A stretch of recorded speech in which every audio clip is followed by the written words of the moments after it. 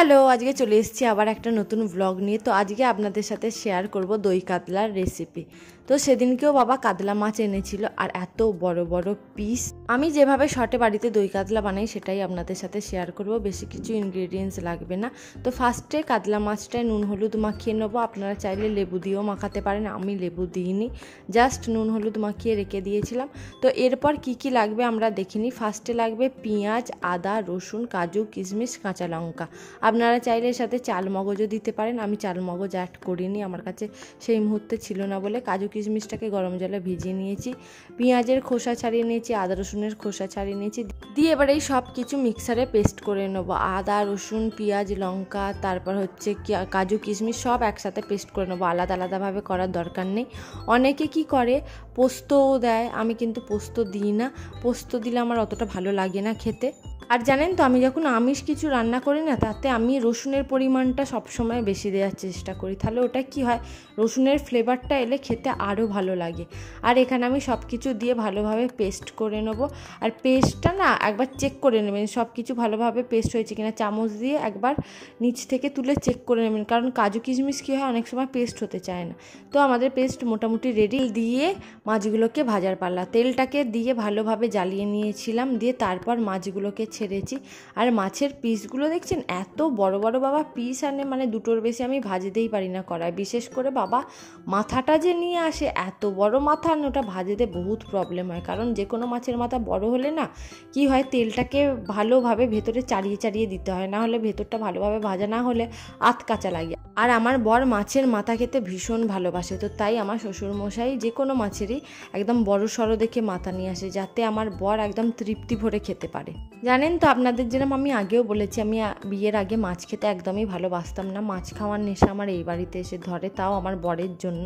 আর তার মধ্যে এই দই কাতলাটা ওয়ান অফ মাই ফেভারিট, কারণ মাছের যে গ্রেভিটা হয় সেটা দিয়েই মোটামুটি 3-4টে রুটি খাওয়া হয়ে যায়, এত ভালো হয় গ্রেভিটা। সেটা যদি কেউ ভালোভাবে বানাতে পারে, কিন্তু দই কাতলা কি হয়, সবাই না খুব ভালোভাবে বানাতে পারে না, নয় মাছটাকে ভেঙে ফেলে অতিরিক্ত ফুটিয়ে, নয় হয়তো গ্রেভিটা ভালো হয় না। খুব ভালো দই কাতলা যদি কেউ করতে পারে, তাহলে মানুষ মাংস ছেড়ে দই কাতলা খাবে। আর ফাইনালি কাতলা মাছের মাথাটা ভাজার সময় চলে এসছে। দেখছেন কত বড় মাথাটা, আমি মোটামুটি 15-20 মিনিট ধরে মাথাটা ভেজেছি, কারণ আধ কাঁচা থাকলে না আমার নিজেরই কিরম একটা লাগে যে তেল গেছে কি যায়নি, ভাজা হয়েছে কি হয়নি। আর আমাদের এই বাড়িতে না আমরা একটু মাছ ভাজা লালচে লালচে করে ভেজেই খাই, খুব হালকা ভাজা আমরা খেতে পারি না, কিরম যেন একটা আঁশটানি গন্ধ লাগে।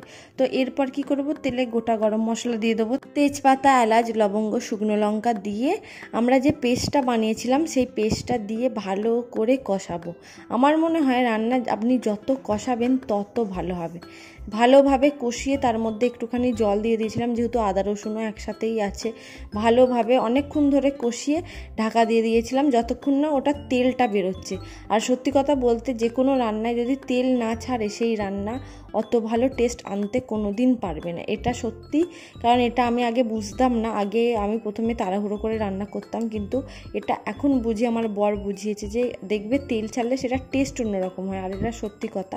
তো এখানে আমি দিয়ে দিয়েছিলাম নুন, চিনি, গুঁড়ো গরম মশলা, ধনে গুঁড়ো, জিরে গুঁড়ো, তারপর একটু টমেটো সস দিয়ে এখানে সব মশলা দিয়ে ভালোভাবে কষিয়ে নেবো। আর দেখছেন তেলটা কত ভালো ছাড়ছে।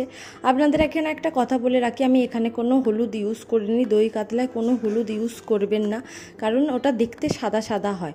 তো এখানে একটু টক দই ছিল, আমি টক দইটা ফেটিয়ে দিয়ে দিয়েছি। টক দইয়ের সঙ্গে অনেকে পোস্ত বেটেও দেয়, আপনারা চাইলে দিতে পারেন, আমি পোস্তটা দিইনি, শুধু টক দই দিয়েছি। দিয়ে ভালোভাবে কষাবো। এমনি কি সুন্দর তেল ছাড়ছিল আপনারা দেখেছেন, আর টক দই দিলে আরোই বেশি তেল ছাড়বে। তো আমি একটু জল দিয়ে ভালোভাবে কষাচ্ছিলাম পুরোটাকে। আর একটা কথা বলে রাখি, আপনারা যতই রান্না করুন না কেন, মানে বিশেষ করে রিচ যে রান্নাগুলো হয়, কোনো যেমন দই কাতলা হোক, চিকেন হোক, মটন হোক, সবসময় না সর্ষের তেলে করার চেষ্টা করবেন, ওটায় স্বাদ বেশি আসে সাদা তেলের তুলনায়। তো আমি প্রত্যেকবার সর্ষের তেলেই করি। আর এখানে আমি পরিমাণ মতো জল নিয়ে নিয়েছিলাম, যতটা জল আমার লাগবে, দিয়ে জলটাকে একটু ফুটতে দিয়েছিলাম, দিয়ে তারপর প্রত্যেকটা মাছ ওই গ্রেভিতে দিয়ে ওই 5 থেকে 10 মিনিট মতো আমি ফুটতে দিয়েছিলাম। মাছগুলো দিয়ে একটু নাড়িয়ে চাড়িয়ে নিয়ে ঢাকনা চাপা দিয়ে দেবো, কারণ এটায় আরও তেল ছাড়বে আর গ্রেভিটা আরও ঘন হবে।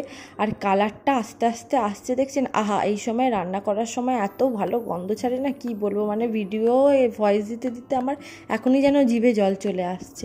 দিয়ে এই যে আমাদের দই কাতলা, দেখছেন কি সুন্দর একটা কালার এসছে, মানে একদম ঘন হয়ে গেছে, তেলও ভালোভাবে ছেড়ে দিয়েছে। আর লাস্টে ফিনিশিং টাচ হিসেবে একটু কসুরি মেথি, একটু গরম মশলা গুঁড়ো আর একটু ঘি দিয়ে দেবো। এইটা খেয়ে আমার বরের এত ভালো লেগেছে, ও আমায় বলেছিল যে এত ভালো দই কাতলা আমি বোধহয় বিয়ে বাড়িতেও খাইনি। ফার্স্ট এত ভালো দই কাতলা আমি খেলাম, আর এত ভালো হয়েছে দই কাতলাটা, তুমি যদি আমায় চিকেনও দাও, চিকেন বাদ দিয়ে আমি এইটা খাবো। তো এতক্ষণ ধরে রান্না করার পর আমার রান্না করা সার্থক। আজকের ভিডিওটা এইটুকুই। যদি কিছু ভালো লেগে থাকে please do like, share and subscribe my channel. দেখা হচ্ছে অন্য আর একটা ভিডিও। আর আমার ভিডিওগুলো যদি আপনাদের ভালো লাগে চ্যানেলটাকে সাবস্ক্রাইব করতে এবং বেল আইকনটা হিট করতে একদম ভুলবেন না। Till then, tata.